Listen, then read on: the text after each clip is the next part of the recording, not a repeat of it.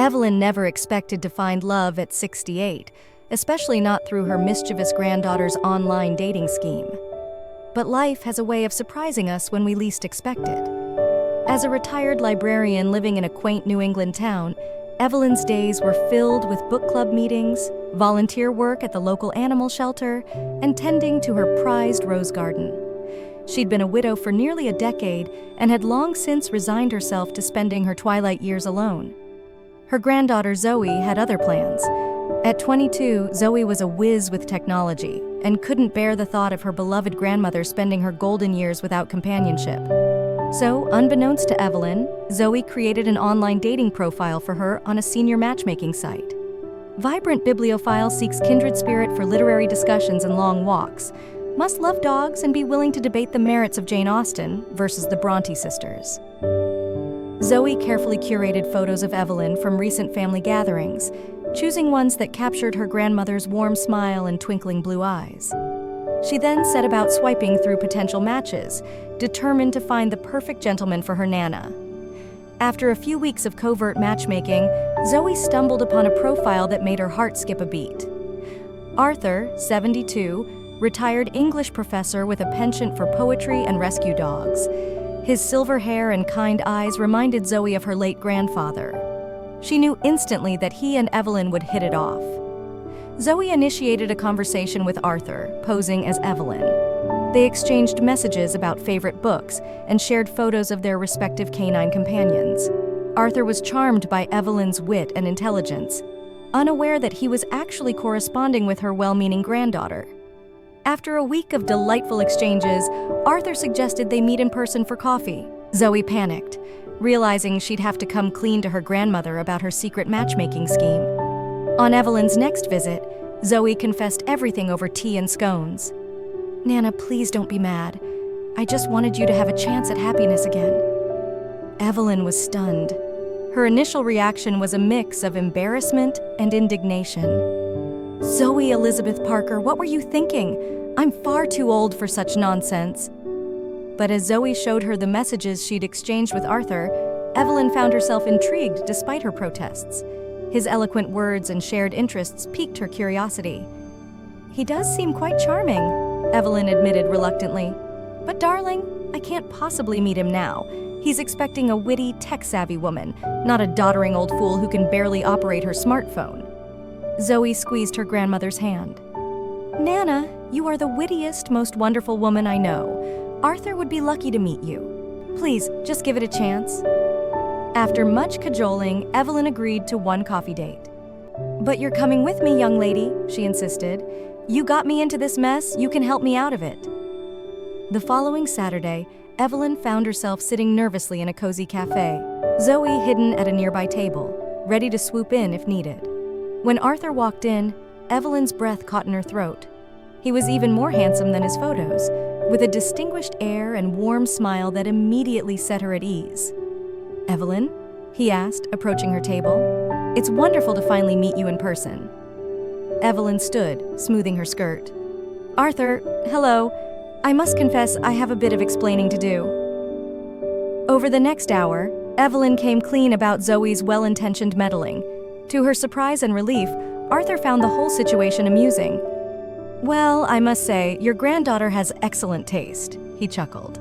"I'm delighted to meet the real Evelyn, who I'm sure is even more charming than her online persona." As they chatted, Evelyn discovered that Arthur was every bit as witty and kind as his messages had suggested. They bonded over their shared love of classic literature, swapping favorite quotes and debating the merits of various authors. When Arthur mentioned his volunteer work at a local animal shelter, Evelyn's eyes lit up. "I volunteer at the Sunshine Rescue Center," she said. "Perhaps we've crossed paths without realizing it." "What a small world," Arthur replied with a smile. "I'm there every Tuesday and Thursday walking the dogs." "I'm usually there Mondays and Wednesdays," Evelyn said, "though perhaps I'll have to start volunteering on Tuesdays as well." As their coffee date drew to a close, both Evelyn and Arthur found themselves reluctant to part ways. "I've had a lovely time," Arthur said, taking Evelyn's hand. "Would you perhaps like to continue our literary discussion over dinner next week?" Evelyn felt a flutter in her chest that she hadn't experienced in years. "I'd like that very much," she replied with a shy smile. From that day forward, Evelyn and Arthur were inseparable. They spent their days exploring local bookshops, taking long walks with their dogs, and volunteering together at the animal shelter. In the evenings, they'd curl up on Evelyn's porch swing, reading poetry aloud to each other as the sun set. Their love story became the talk of the town, with friends and neighbors marveling at the spring in Evelyn's step and the twinkle in her eye. Zoe was thrilled to see her grandmother so happy, though she did tease them about needing a chaperone on their dates.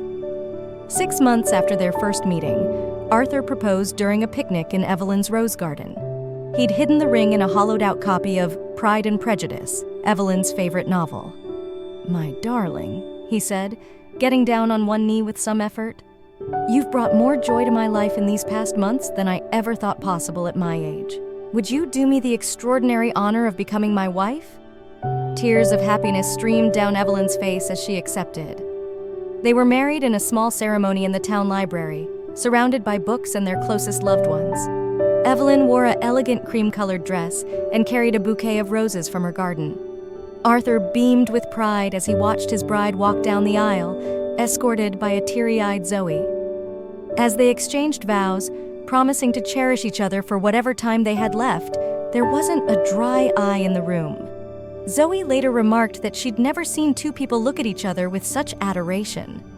The newlyweds honeymooned in England, visiting the homes of their favorite authors and strolling hand in hand through quaint villages. They acted like giddy teenagers, stealing kisses in rose gardens and reading sonnets to each other in cozy pubs. Upon returning home, Evelyn and Arthur faced the challenge of merging their lives. They decided to sell both their houses and buy a charming cottage with a sprawling garden and a library large enough to house their combined book collections. The process of downsizing was sometimes stressful, but they tackled it as a team, finding joy in combining their treasured possessions and creating a home that reflected both their personalities. Their first year of marriage brought both joys and obstacles. They had to navigate different sleep schedules, household habits, and ways of handling conflict. But their commitment to open communication and mutual respect saw them through the bumps. They also had to confront the realities of aging together. Arthur's arthritis made it difficult for him to open jars and button his shirts. Evelyn's eyesight began to deteriorate, requiring her to use a magnifying glass to read her beloved books. But they supported each other through every doctor's appointment and adapted as needed, finding creative solutions to life's challenges. As their second anniversary approached, Evelyn and Arthur decided to renew their vows. This time, they invited a larger circle of friends and family to celebrate with them. The ceremony was held in their backyard, surrounded by Evelyn's blooming roses and Arthur's prized tomato plants. Evelyn's voice shook with emotion as she recited her vows. "Arthur, loving you has been the greatest adventure of my life. You've shown me that the heart never grows too old for romance, for butterflies, for the giddy joy of new love. I cherish every moment we've shared and look forward to many more years by your side." Arthur's eyes glistened as he responded, "Evelyn, my darling, you are the unexpected miracle of my golden years. Your kindness, your wisdom, your zest for life inspire me daily. I am a better man for loving you. I promise to continue learning and growing with you, to face whatever challenges lie ahead as your partner and best friend." As they sealed their renewed commitment with a kiss, their assembled loved ones erupted in cheers and applause. Zoe beamed with pride, overjoyed that her matchmaking scheme had led to such happiness for her beloved grandmother. In the years that followed, Evelyn and Arthur continued to build a beautiful life together. They became active in their community, starting a book club for seniors and organizing fundraisers for the local animal shelter. They traveled when they could, visiting literary landmarks and adding to their ever-growing library. They faced health scares and the loss of dear friends, leaning on each other for support through the difficult times. But they also celebrated countless small joys, the first bloom in their garden each spring, lazy Sunday mornings doing crossword puzzles in bed, impromptu living room dance parties to their favorite oldies tunes. As they entered their twilight years, their love only seemed to deepen. They still held hands everywhere they went, still stole kisses when they thought no one was looking. Their friends and family marveled at the example they set, showing that true partnership knows no age limit. On their 10th wedding anniversary, Zoe surprised them with a trip back to England. Though they moved a bit slower now, leaning on canes for support, the magic of their honeymoon was just as potent. One evening, as they sat on a bench overlooking the English countryside, Evelyn rested her head on Arthur's shoulder. "Thank you," she said softly. "For what, my love?" Arthur asked, pressing a kiss to her silver hair.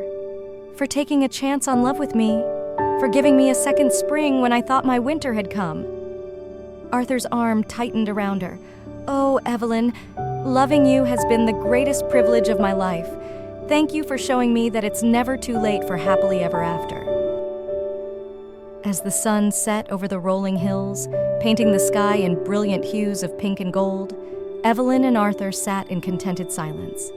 They had found in each other a true partner for the journey, someone to share life's joys and sorrows, to grow with, to love unconditionally.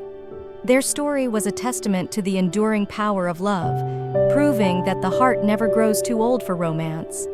Evelyn and Arthur had discovered that sometimes the most beautiful chapters of life are written in its later pages. As twilight deepened into night, they made their way back to their quaint bed and breakfast, walking arm in arm. Tomorrow would bring new adventures, new challenges to face together.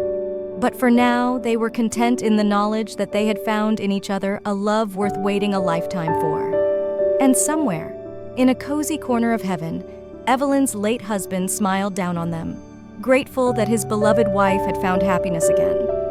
Love, in all its forms, has a way of coming full circle, touching lives across generations and beyond.